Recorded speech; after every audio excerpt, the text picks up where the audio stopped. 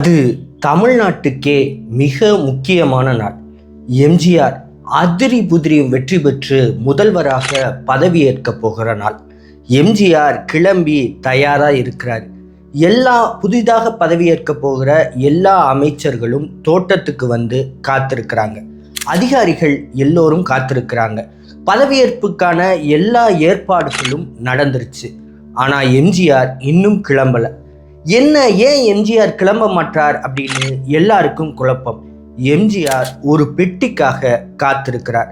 அந்த பெட்டியை கொண்டு வரும் ஒரு மனிதனுக்காக காத்திருக்கிறார். எப்பதான் கிளம்புவார் அப்படின்னு எல்லாரும் மண்டையை பிச்சுட்டு இருக்கிறாங்க. எல்லாம் நேராக போய் எம்ஜிஆர்ட்டே, அண்ணே கிளம்பலாம்னே, எல்லா ஏற்பாடும் ஆயிடுச்சு, தயாராக இருக்கு, வாங்கண்ணே போகலாம் அப்படின்னு சொல்லும் போது, கொஞ்சம் பொறு அப்படின்னு எல்லாரையும் கையமர்த்தி உட்கார வைக்கிறார் எம்ஜிஆர். வாசலையே பார்த்து கொண்டிருக்கிறார், வாட்சையும் பார்த்து கொண்டிருக்கிறார். தோட்டத்துக்குள்ள வேகமா ஒரு கார் நுழையுது. அந்த காரில் இருந்து ஒரு மனிதன் இறங்கி வர்றான். அவன் கையில் ஒரு பெட்டி இருக்கிறது. இந்த பெட்டியை வேக வேகமாக எம்ஜிஆரிடம் எடுத்துட்டு போகிறான். எல்லோரும் வழிவிடுகிறார்கள். எம்ஜிஆர் கையில் அந்த பெட்டியை கொடுக்கிறார். எம்ஜிஆர் அந்த பெட்டியை திறந்து பார்க்கிறார். திறந்து பார்த்தவரினுடைய கண்கள் கலங்குகிறது. ஒரு பெருமூச்சு விட்டு, வாங்க இப்போ கிளம்பலாம் அப்படின்னு சொல்ல வண்டிகள் தயாராகிறது. ஆரவாரத்துடன், மக்கள் வெள்ளத்துடன் எம்ஜிஆர் புறப்படுகிறார். மொத்த தமிழகமும் கொண்டாட எம்ஜிஆர் பதவியேற்கிறார். ஆனால் எல்லாருக்கும் என்ன குழப்பம்னா, அப்படி அந்த பெட்டியில் என்னதான் இருந்துச்சு? ஏன் எம்ஜிஆர் அந்த பெட்டிக்காக தன் பதவியேற்பையே தாமதப்படுத்தினார் அப்படின்னு எல்லாருக்கும் குழப்பம். ரொம்ப பின்னால தான் அந்த பெட்டிக்குள் என்ன இருந்தது அப்படின்னுங்கிற உண்மை வெளியில வந்துச்சு. அந்த உண்மை என்ன, அப்படி என்னதான் அந்த பெட்டியில் இருந்தது, இந்த வீடியோவில் முழுசா பார்க்கலாம். எம்ஜிஆரின் தாயார் சத்யா அம்மையார் ஒரு மிக தீவிரமான மூகாம்பிகை பக்தை. மூகாம்பிகை கோயிலுக்கு போகிறதும் அதை வழிபடுறதும் அவருக்கு மிகவும் பிடிச்சமான விஷயம். இதை பல முறை தன் மகனிடம் சொல்லியிருக்கிறார். மூகாம்பிகை கோயிலுக்கு போகணும் அப்படின்னு சொல்லியிருக்கிறார். ஆனால் எம்ஜிஆருக்கு என்ன பிரச்சனை அப்படின்னா, எம்ஜிஆர் ஒரு நாத்திக கட்சியில் கொஞ்சம் கொஞ்சமாக ஈர்ப்பு ஏற்பட்டு அந்த கட்சியின் பால் போகிறவர். குறிப்பாக நாம கோயிலுக்கு போகிறது, இந்த மாதிரி விஷயங்கள் தொண்டர்களின் மனசை சங்கடப்படுத்திடுமா அப்படிங்கிறதுக்காகவே கோயிலுக்கு போவதை தவிர்த்து வந்தார் எம்ஜிஆர். இதன் பிறகு தாயார் மறைவுக்கெல்லாம் பிறகு ஒரு நாள் தன் நெருங்கிய உறவினரும் இயக்குனருமான சங்கரை அழைக்கிறார் எம்ஜிஆர். சங்கரிடம் எம்ஜிஆர் சொல்றாரு, நான் மூகாம்பிகை அம்மன் கோவிலுக்கு போகணும், அதுக்கு ஏற்பாடை பாருங்க அப்படின்னு சொல்ல, அதுக்கு என்ன, தாராளமாக கூட்டிட்டு போறேன் அப்படின்னு சொல்றார்.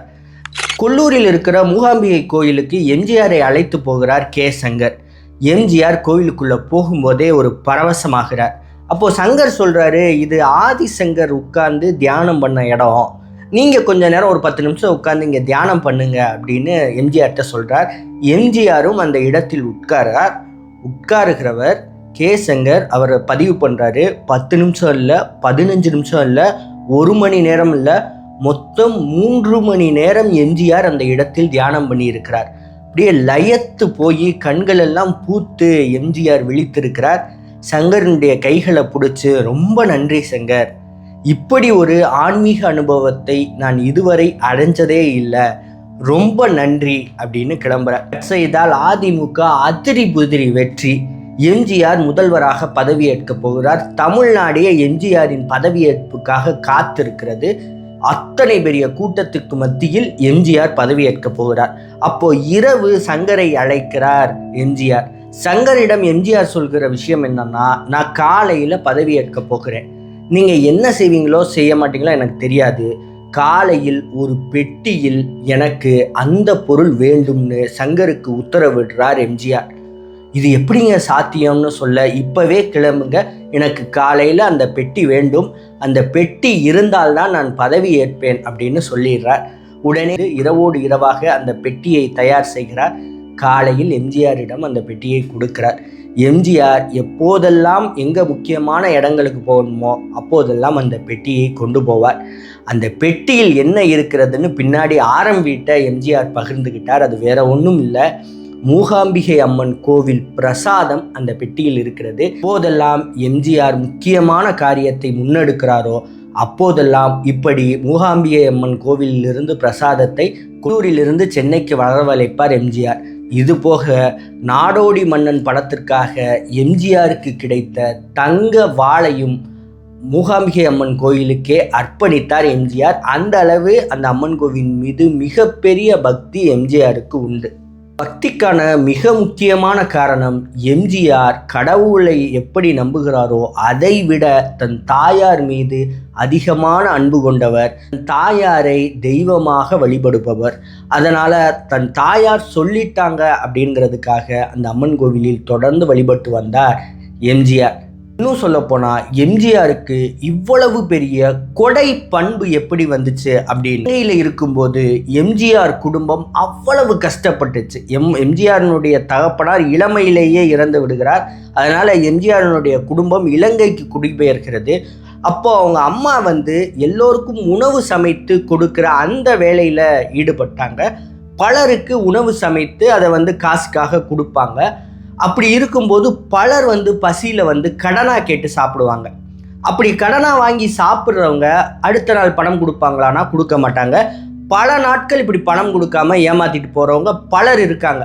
ஒரு நாள் எம்ஜிஆர் அம்மாவிடம் வாய் விட்டே கேட்டார், ஏம்மா நீங்கள் இப்படி சமைச்சு சிலர்கிட்ட காசு வாங்காமல் கொடுத்துறீங்க, கடன் சொல்லிட்டு போகிறவங்க உங்களை ஏமாத்திடுறாங்களே அப்படின்னு கேட்கும்போது எம்ஜிஆர் தாயார் சத்யா அம்மையார் சொல்கிறார், இப்போ பாரு, நான் எல்லாத்துக்கும் சாப்பாடு போடுறேன், சாப்பாடு போட்டு சிலர் காசு தராங்க, அது எனக்கு லாப கணக்கு, சிலர் காசு தராமல் போகிறாங்க, அது எனக்கு புண்ணிய கணக்குப்பா, எப்படியோ எனக்கு தான்ப்பா லாபம் அப்படின்னு சொல்லிடுறாங்க. இதனால தான், இந்த பண்பினால தான் அடுத்தவங்களுக்கு உதவ வேண்டும் அப்படின்னுங்கிற எண்ணம் எம்ஜிஆருக்கு வந்துச்சு. அந்த கொடை பண்பை எம்ஜிஆர் கடைசி வரையும் கடைபிடித்தார் அப்படின்னுங்கிறது தமிழகத்துக்கே தெரியும். எம்ஜிஆர் கொண்டு வந்த பல திட்டங்களுக்கு அவருடைய தாயார் சத்யா அம்மையார் ஒரு பெரிய இன்ஸ்பிரேஷனாக இருந்தாங்க அப்படின்னு சொன்னால் அது மிக இல்லை. குறிப்பாக எம்ஜிஆர் சிறு வயசுலேயே கஷ்டத்தை அனுபவித்து வளர்ந்தவர். கும்பகோணத்தில் அவர் படிச்சுட்டு இருந்தார், 3வது தான் படிச்சுட்டு இருந்தார். அப்போது அவங்க அம்மா ஒரு நாள் விறுவிறுன்னு பள்ளிக்கூடம் வர்றாங்க. நீ வா என் கூட அப்படின்னு கூட்டிகிட்டு வர்றாங்க. அம்மா படிக்கணுமா, எதுக்குமா என்னை கூப்பிடுறீங்க அப்படின்னா, இல்லை நீ வா அப்படின்னு சொல்லி மகனை இழுத்துட்டு நாடக கம்பெனியில் சேர்த்து விடுகிறார் சத்யா அம்மையார்.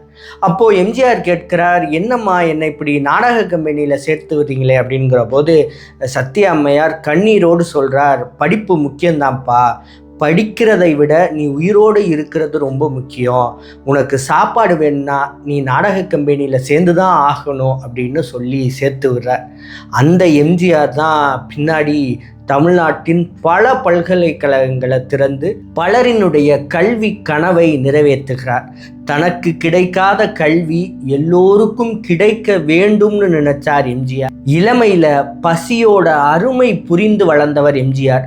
அதனால தான் பள்ளிக்கு வருகிற பிள்ளைகள் பசியோடு இருந்துடக்கூடாதுன்னு காமராஜர் அவர்கள் கொண்டு வந்த மதிய உணவு திட்டத்தை சத்துணவு திட்டமாக மாற்றி தரமான உணவை பிள்ளைகளுக்கு கொடுத்தவர் எம்ஜிஆர். இது மாதிரி ரெட்ரோ சினிமா பற்றி பல சுவையான சம்பவங்களை தெரிஞ்சுக்க எங்கள் சேனலை சப்ஸ்கிரைப் பண்ணுங்கள். நன்றி.